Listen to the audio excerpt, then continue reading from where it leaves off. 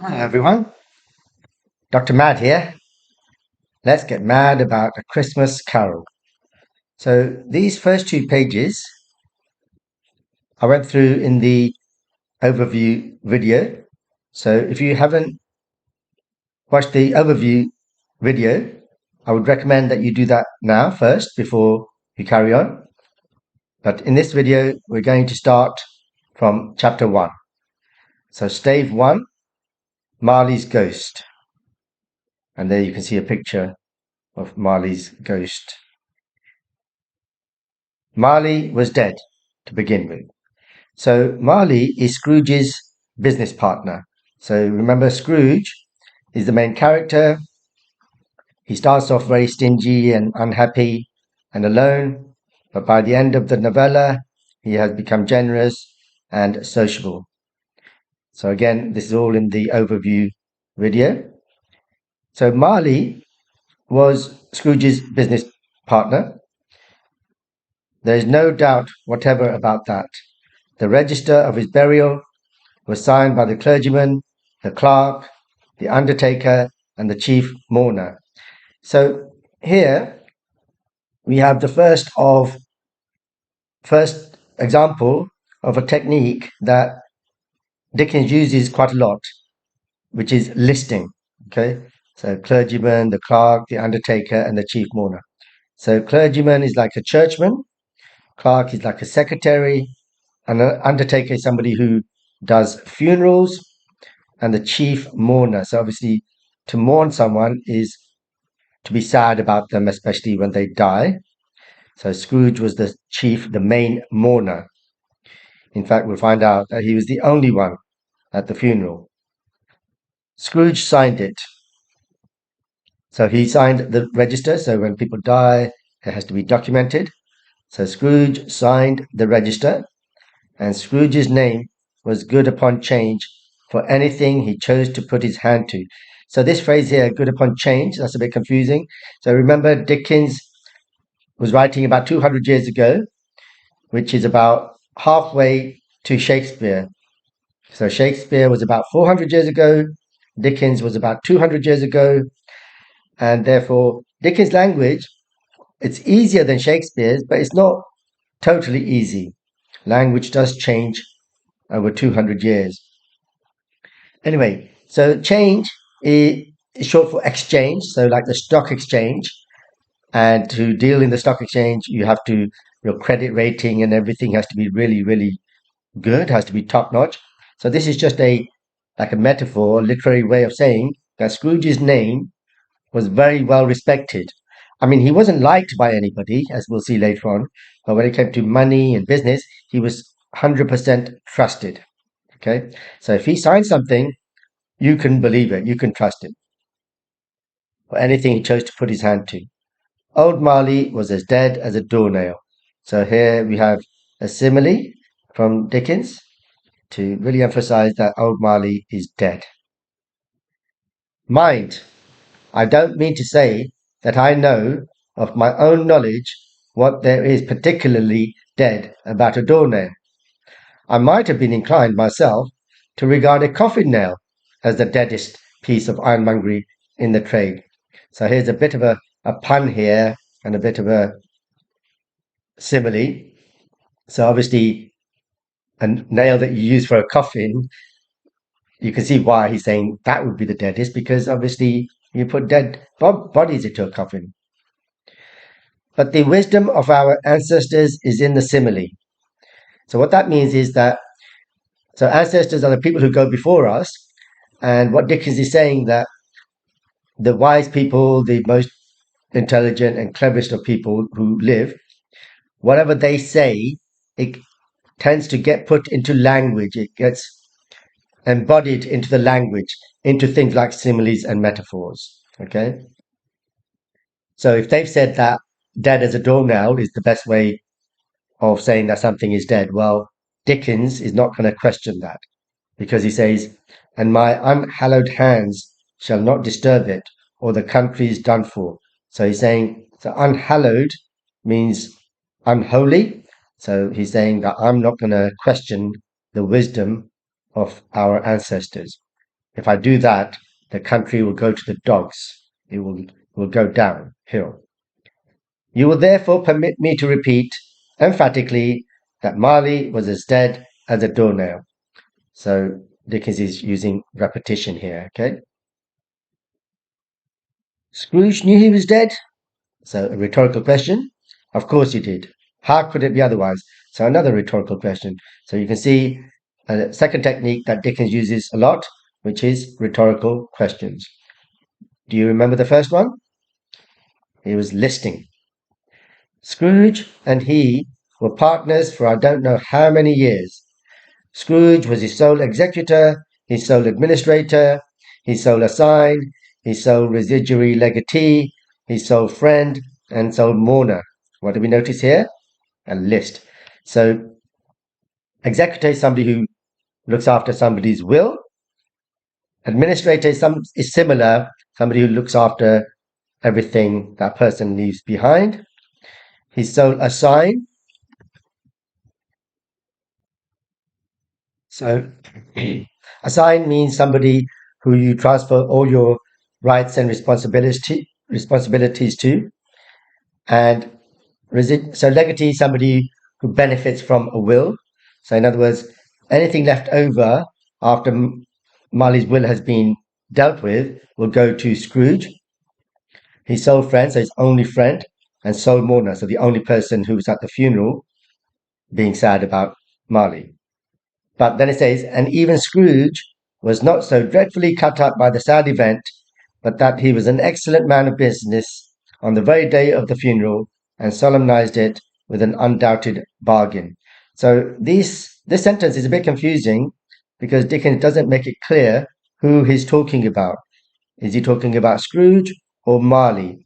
So it could mean that either way, Dickens is saying that Scrooge was not that sad about the death, and that's shown by the fact that even on the day of the funeral, Scrooge, who was an excellent man of business, did a bargain, did a business deal, but that was a real good bargain.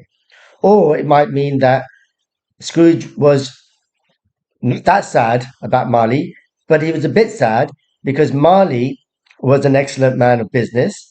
And on the very day of the funeral, before he died, in other words, he made a bargain. I mean, I guess that's unlikely because normally the funeral doesn't happen on the day you die. So it's probably referring to Scrooge here. Now, one thing to say here is that when you're reading these old books or like Shakespeare plays and so on, which can be very, very difficult and it's not easy to work out sometimes what a phrase or a sentence means. But there's good and bad news there. So the bad news is that obviously that is difficult. But the good news is you can turn it to your advantage. So in the exam, depending on the question and so on, depending on what extract you get, if you're not sure about something, just you can say it and you can say, look, it could mean this or it could mean that. And the funny thing is, you get more marks for that. So you're turning a negative into a positive. If you don't say anything, you're going to get 0 marks. If you say, oh, I'm not sure about this meaning, but it could mean this or it could mean that, you're actually doubling your marks. So it's actually really good news if you're not sure about something, okay?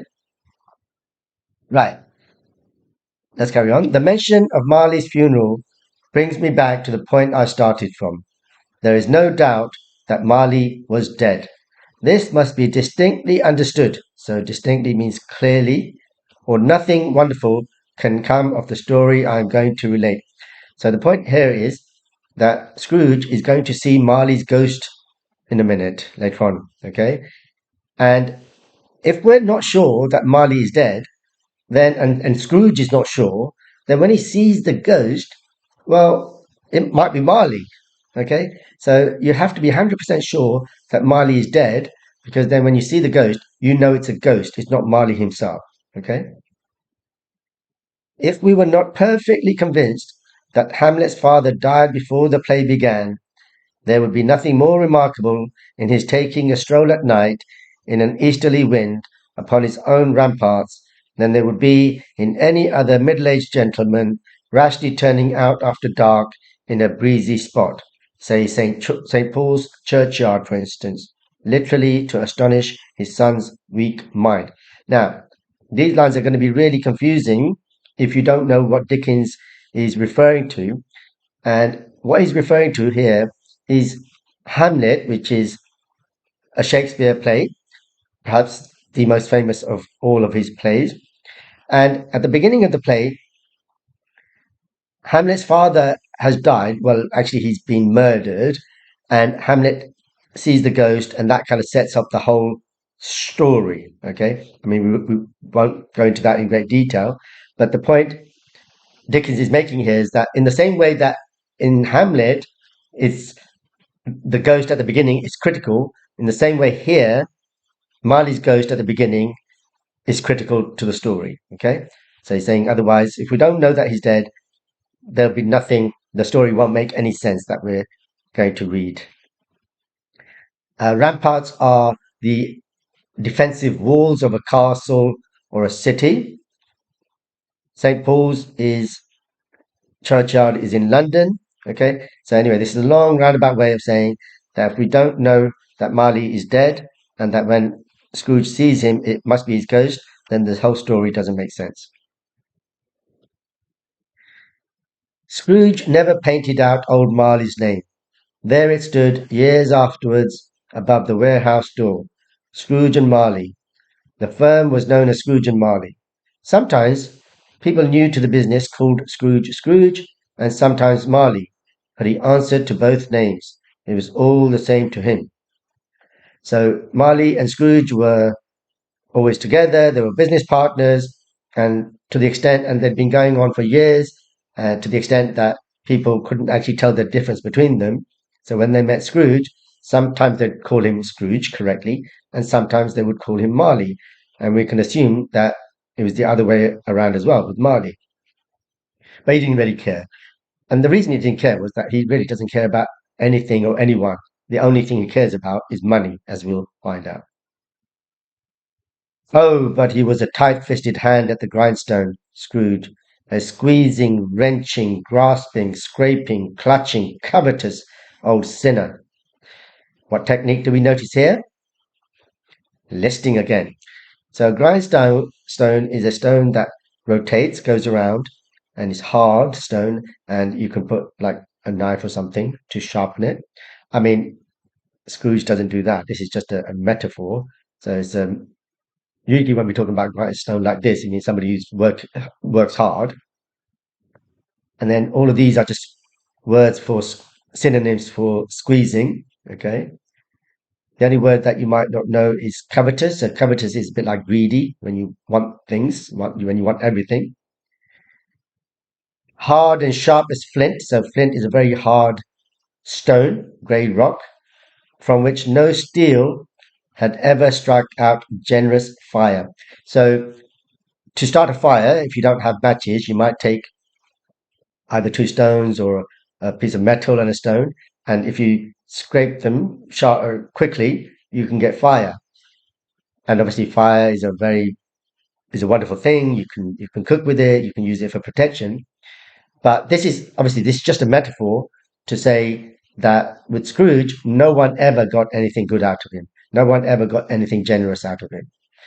Secret and self-contained and solitary as an oyster. Right. So this solitary as an oyster, what technique is that? It's a simile, and it's really, really important.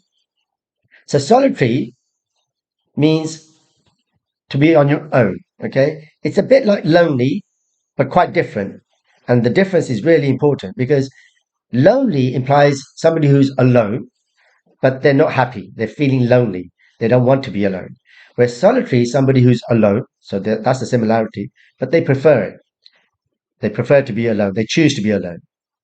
Solitary as an oyster. So an oyster is a sea creature inside a shell, and obviously they're in the shell, so they're going to be alone. Okay, but the thing about oysters is that they can produce pearls. Okay, so this oyster has kind of like a double meaning. There's a little bit of foreshadowing going on here. Dickens is perhaps suggesting that Scrooge is going to change from this solitary, unhappy, stingy person into a happy, generous, sociable person by the end of the story. The cold within him froze his old features, nipped his pointed nose, shriveled his cheek, stiffened his gait, made his eyes red, his thin lips blue, and spoke out shrewdly in his grating voice. Okay, so nip means to cut, shriveled is dried up, gait means to walk, the way you walk, and shrewdly is like clever, grating is like harsh. A frosty rime was on his head and on his eyebrows and his wiry chin. So rime is like frost, wiry is like tough. He carried his own low temperature always about with him. He iced his office in the dog days and didn't thaw it 1 degree at Christmas. So this is all poetic, metaphorical language to describe this really solitary, unhappy, hard-hearted person. So so this dog days means hot summer days. So when it was hot in the office, his low temperature, metaphorical low temperature, made the office colder. And even when it's freezing cold at Christmas, he didn't warm himself. So thaw means to melt, which normally happens when the temperature increases. But even then, he didn't increase his temperature. You would think that if it's cold, if it's freezing, you would want to warm up, but he wouldn't. Okay, so external heat and cold had little influence on Scrooge. No warmth could warm, no wintry weather chill him. So this is just kind of repeating the same thing, using the weather to show that nothing could affect Scrooge. No wind that blew was bitterer than he, no falling snow was more intent upon its purpose, no pelting rain less open to entreaty. So bitter means harsh, pelting means hard rain, lots of rain, and entreaty means to beg. Foul weather didn't know where to have him. In other words, didn't know how to affect him, where to find him, how to affect him. The heaviest rain and snow and hail and sleet could boast an advantage over him in only one respect. They often came down handsomely, and Scrooge never did. So again, a metaphor so that rain and snow can come down heavily, right? But but so handsomely can mean a lot in this case, but it also means generous or good. So here they're saying that Scrooge was never generous, unlike the weather, unlike the rain or the snow. Nobody ever stopped him in the street to say, with gladsome looks, "My dear Scrooge, how are you?" So gladsome means happy. "When will you come to see me?" No beggars implored him to bestow a trifle. No children asked him what it was o'clock. No man or woman ever once in all his life inquired the way to such and such a place of Scrooge. So implore means to beg, bestow means to give. A trifle is tiny, so he wouldn't even give a penny to beggars, and he wouldn't talk to children. Nobody asked him directions, and then even the blind men's dogs appeared to know him, and when they saw him coming on, would tug their owners into doorways and up courts, and then would wag their tails as though they said, "No eye at all is better than an evil eye, Dark Master." So Dark Master is obviously Scrooge, and these are guide dogs for the blind, and they're saying metaphorically to their owners, "Look, you might be blind, but it's better to be blind, have a blind eye, than an evil eye like Scrooge has."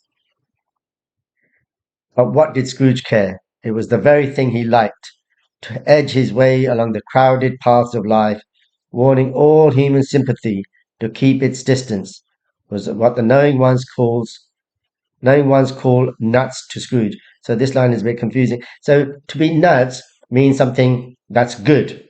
No one really knows where this phrase comes from. It might be that to do with nuts themselves, or peanuts and so on. Now, nuts are very good for you, very healthy. Okay, you shouldn't have too much of them because they do contain a lot of fat and calories. Well, if you're young, you can have as many as you want, I suppose. But although, of course, you have to worry about allergies as well. Anyway, this means something good. So, in other words, as far as he was concerned, it was good to be alone and it was good that people kept away from him, whereas most people would think the opposite, wouldn't they? Okay. Once upon a time, for all the good days in the year on Christmas Eve, old Scrooge sat busy in his counting house. So, counting house is exactly what it says. I mean, we don't know what Scrooge does exactly. We think he's some kind of a money lender, for example. So I guess he could be sitting there counting his money. But anyway, it's like his office. It was cold, bleak, biting weather, foggy withal, and he could hear the people in the court outside go wheezing up and down, beating their hands upon their breasts and stamping their feet upon the pavement stones to warm them. So bleak is like cold and miserable. So here's a what technique is that? A triplet. Withal means addition. So he's saying it's also foggy. So people are breathing cold and trying to keep themselves warm. The city clocks had only just gone three, so 3 o'clock in the afternoon, and already it's quite dark, yeah? But it was quite dark already. It had not been light all day, and candles were flaring in the windows of the neighboring offices like ruddy smears upon the palpable brown air. So flaring means lighting up, ruddy means red, smears are dirty marks, palpable means something that you can touch physically. So he's saying that the air was so dirty and foggy that you could almost touch it. So obviously a metaphor. The fog came pouring in at every chink and keyhole and was so dense without that although the court was of the narrowest, the houses opposite were mere phantoms. So chink means gap, and yeah, so the fog came pouring in, and this so phantom is another word for ghost, which is interesting because we know we're going to be bumping into Marley's ghost in a minute.